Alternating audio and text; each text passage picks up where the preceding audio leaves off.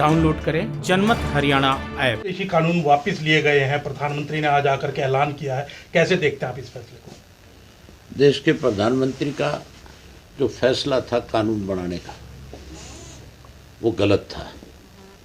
अगर वो गलत नहीं होता तो आज फिर देश के प्रधानमंत्री उन कानूनों को वापस नहीं लेते। बारी बारी से देश का किसान संगठन जो है, संयुक्त किसान मोर्चा जो है, वो ये बात कह रहा था कि ये जो 3 कृषि के काले कानून बने, इनके अंदर बहुत सारी कमियां और खामियां हैं, जिसकी वजह से किसान को अपनी ज़मीन बेचने पे भी मजबूर होना पड़ेगा और जिससे कल को किसान जो है कमज़ोर भी हो जाएगा, जिससे केवल चंद घरानों को लाभ मिलेगा। और देश के प्रधानमंत्री ने उन चंद लोगों के साथ मिलकर के ये कृषि के कानून थोपने का काम किया। अगर आज जैसे वापस लिए, आज 1 वर्ष में उसको लगातार किसान के आंदोलन को देख करके मजबूर होकर के वापस लेना पड़ा, तो कानून बनाने से पहले इस पर चर्चा करानी चाहिए थी। लोकसभा में, राज्यसभा में किसान संगठन के जो लोग हैं, जो नेता थे, उनसे बातचीत करनी चाहिए थी। इस पे हेल्दी डिस्कशन होना चाहिए था। अगर करते तो फिर ये कानून उस वक्त बनाए नहीं जाते, फिर तो उसी वक्त प्रधानमंत्री को समझ में आ जाना चाहिए था कि इस तरह के कानून नहीं होने चाहिए इस देश में। हमारा देश तो कृषि प्रधान देश है। यहाँ तो कैसे किसान को और ज़्यादा ताकतवर किया जाए, इसके लिए कानून बनने चाहिए, ना कि ऐसे कानून बने जिससे उद्योगपति को ताकत मिले। आज देश के प्रधानमंत्री ने जो फैसला लिया, मैं तो कहता हूँ देर आए दुरुस्त है।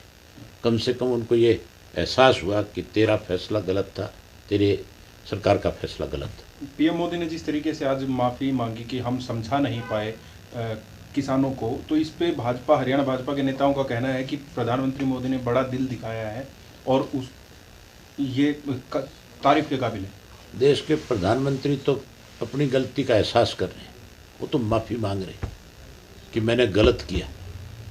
और भाजपा के नेता जो है वो ये कहते हैं कि देश के प्रधानमंत्री ने बड़ा दिल दिखाया।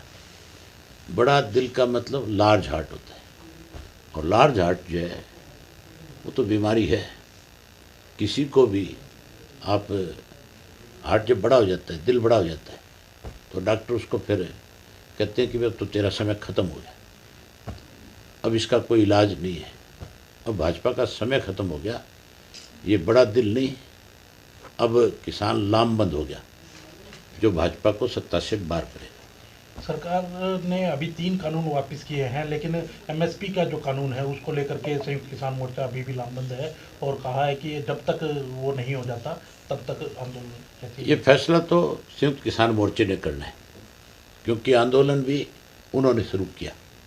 हमारी पार्टी ने तो लगातार उस आंदोलन का समर्थन किया और मैंने उस आंदोलन को और मजबूत किया जा सके इसके लिए अपनी विधानसभा से इस्तीफा भी दिया।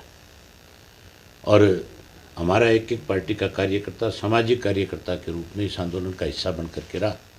आज मैं जहाँ किसानों को इस बात के लिए बधाई देता हूँ कि उनके लामबंदता की वजह से प्रधानमंत्री को मजबूर होना पड़ा, वहीं अपने पार्टी के कार्यकर्ताओं को भी बधाई देता हूँ कि उन्होंने इस आंदोलन का एक हिस्सा बन करके इस आंदोलन को ताकत दी।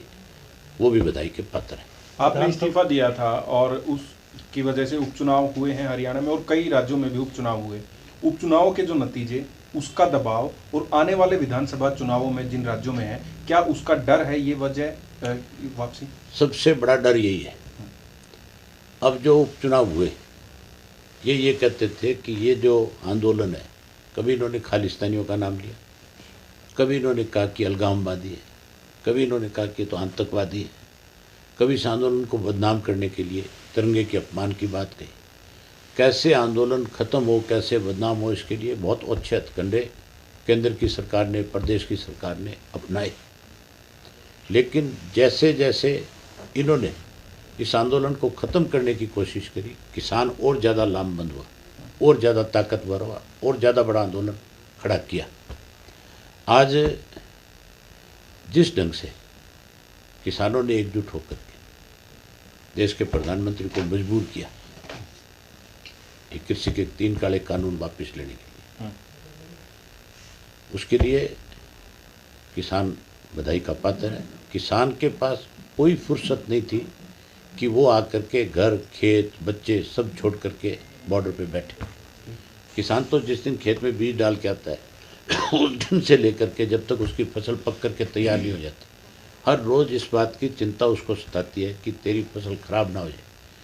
कई दफ़ा सूखे की वजह से ख़राब होती है, कई दफ़ा ओलावृष्टि से, कई दफ़ा ज़्यादा बारिश से, कई दफ़ा सेम की वजह से, कई दफ़ा कोई कीड़े मार दवाइयाँ अच्छी नहीं हो उसकी वजह से। 100 तरह की उसके सामने कठिनाई रहती है। किसान कभी किसी के साथ छेड़खानी नहीं करता।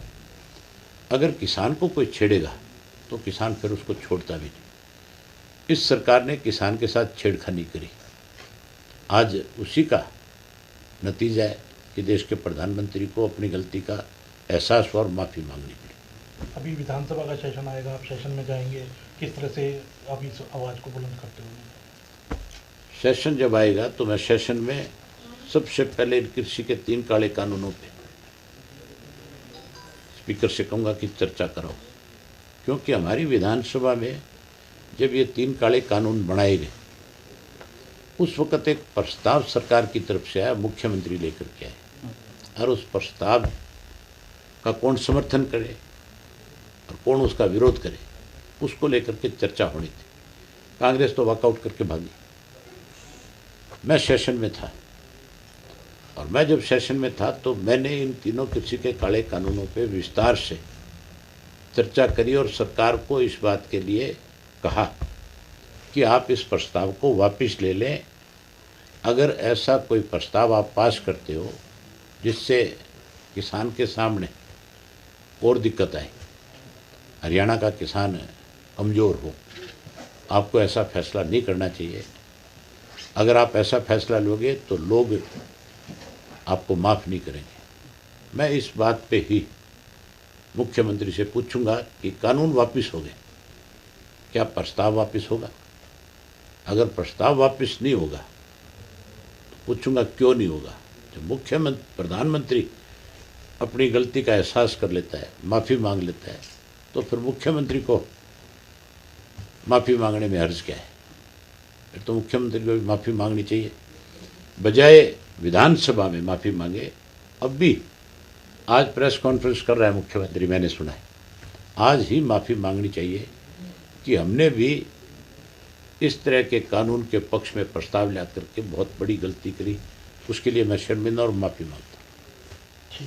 सर, किसान आंदोलन के दौरान 600 से अधिक किसानों की शहादत हो गई, उसके लिए क्या कुछ प्रावधान किए जाने चाहिए और क्या कुछ आपकी व्यक्तिगत आपकी जानकारी सही नहीं है। 800 से ज़्यादा किसानों ने शहादत दी है जी, और मेरी डिमांड है देश के प्रधानमंत्री जी को 800 के 800 किसानों को शहीद का दर्जा देना चाहिए, और वहीं जो एक जवान शहीद को फैसिलिटी दी जाती है उसके परिवार के एक व्यक्ति को रोजगार नौकरी देनी चाहिए, अन्य सुविधाएं दे करके उस परिवार को सांत्वना देनी चाहिए। राजनीति के आगे, राजनीति के पीछे, हर हलचल को जानने के लिए हमारे YouTube चैनल जनमत हरियाणा को लाइक करें, सब्सक्राइब करें और अपडेट रहने के लिए बेल आइकन दबाना ना भूलें। देखते रहें जनमत हरियाणा, सच के अलावा कुछ भी नहीं।